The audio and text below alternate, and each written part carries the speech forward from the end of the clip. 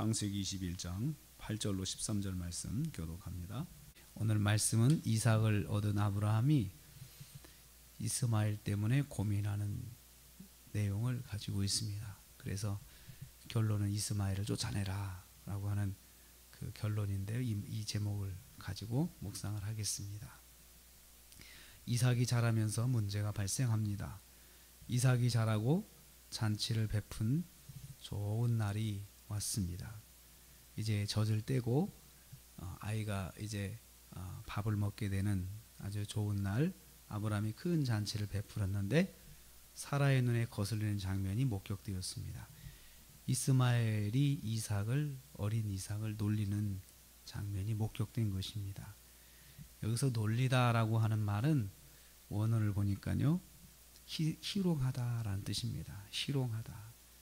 그러니까 인격적인 모독을 하면서 큰 이스마엘이 어린 이삭을 어른들이 보지 않는 장면 공간에서 이렇게 인격적 모독을 하면서 놀리는 것이죠. 사라가 이 장면을 목격하고 굉장히 충격을 받았을 것입니다. 사라가 아브라함에게 이스마엘을 쫓아내라고 요구를 합니다. 그래서 이제 아브라함을 찾아가죠. 이스마엘을 쫓아내야 된다 하고 강력하게 말을 하는 것이죠. 왜냐하면 이스마엘과 함께 상속자가 될 수가 없기 때문이다.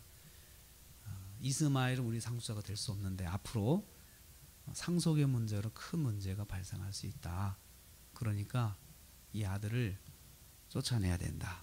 이 여종하고 이 이스마엘 쫓아내야 된다라고 하면서 사라가 강력하게 요구를 합니다.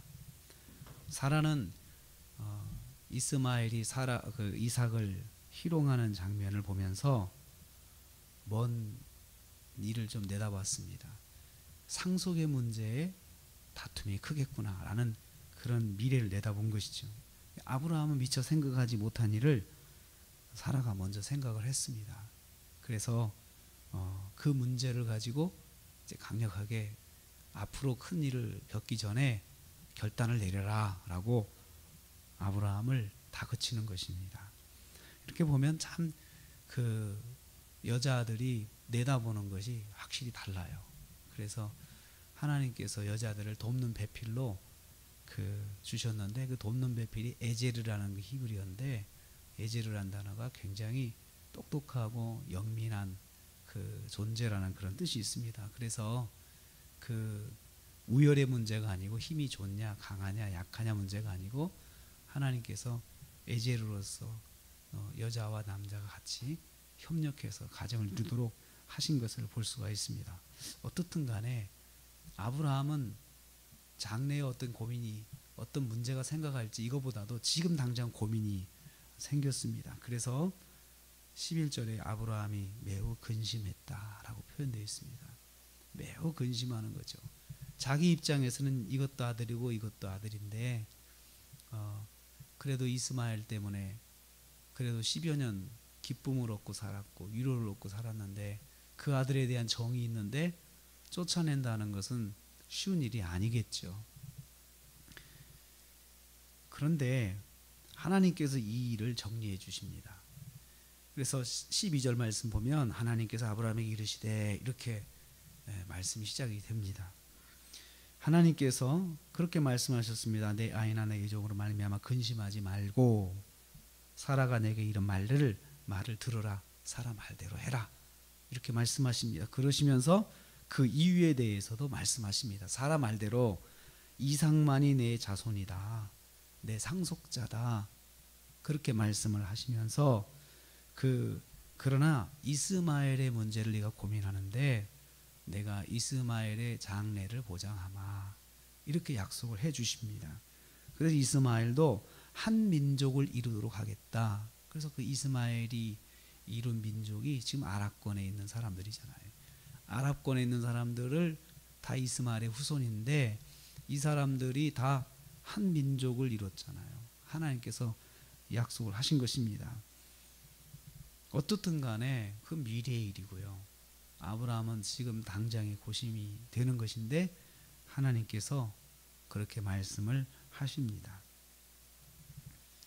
저는 이 말씀을 보면서 아브라함이 오래전에 불순종한 문제가 당장은 기쁨을 주고 즐거움을 줬지만 시간이 지나면서 아브라함 자신에게 근심으로 돌아왔다라는 것을 생각해 봅니다. 당장은 해결을 본 것 같지만 더 큰 근심을 지금 안게 되었던 것입니다. 가슴 아픈 결정을 해야 되는 것이죠. 자기 혈육인데 이걸 끊어야 된다는 거죠.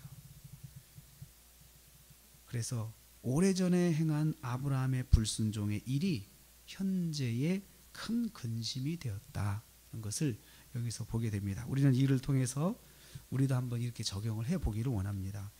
현재 우리가 처한 문제를 믿음으로 결정하지 않고 일단은 문제를 빨리 해결해 보자라는 방식으로, 좋게 해결해 보자는 방식으로 믿음이 아닌 내 방법으로 결정을 하게 되면 훗날 그 일이 부메랑처럼 돌아와 마음 아픈 결정을 해야 할 수도 있다는 것입니다. 할 수 있다는 것입니다. 다시 말하면 불순종은 반드시 마음 아픈 대가를 치룰 날이 온다는 것입니다. 그래서 우리는 지금 당장 문제를 해결하는 것 중심으로 갈 것이 아니고 이게 정말 하나님께서 기뻐하신 것이냐라고 생각을 다시 해봐야 된다는 거죠. 믿음의 눈으로. 그래서 어떤 문제를 결정하기 전에 하나님께 나가서 기도하고 하나님께서 원하시는 것이 무엇입니까? 그래서 하나님께서 원하시는 것을 말씀하실 때에 그것이 좀 불합리해도 하나님 말씀대로 따라가야 된다는 것을 여기서 다시 한번 교훈을 얻게 됩니다. 성경은 역사적인 사건을 다룬 부분이 있습니다. 이것은 사건이죠. 사건은 시간의 차이가 있습니다. 시간의 진행이 있는데 현재와 과거와 미래가 있잖아요. 과거에 했던 것이 현재에 반드시 영향을 미치는 것을 여기서 알 수가 있습니다. 아브라함이 고민했고 그 고민에 대한 결정을 하나님께서 다시 한번 이끌어 주십니다. 그래서 하나님께서는 우리가 어떤 성도들이 어떤 문제를 만나서 하나님께 나가면 그 문제에 대해서 하나님께서 이끌어 주신다는 걸 알 수 있죠. 그런데 이끌어 주실 때에 하나님 뜻대로 우리가 따라가야 된다는 거죠. 그래서 이 문제만큼은 지금 아브라함이 또 듣습니다. 하나님 말씀을 듣습니다. 듣고 이제 결단을 하겠죠. 전에 했던 것 때문에 고통을 당하고 있는데 이제는 따라가야 되겠죠. 오늘도 우리가 하루를 시작합니다.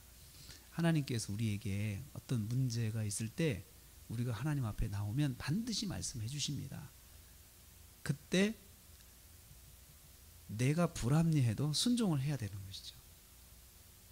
작은 문제가 생겨도 순종을 해야 됩니다. 근데 그것을 그렇게 하지 못하면 더 큰 대가를 치룰 날이 미래에 온다는 것입니다. 그래서 오늘 하루 결정하셔야 될 일이 있다면 말씀대로 하나님 기뻐하신 대로 또 하나님께서 답을 주신 대로 순종해야 할 것입니다. 그러면 하나님께서 그 일을 통해서 영광 받으시고 또 우리에게 유익하게 좋은 열매를 주실 줄로 믿습니다.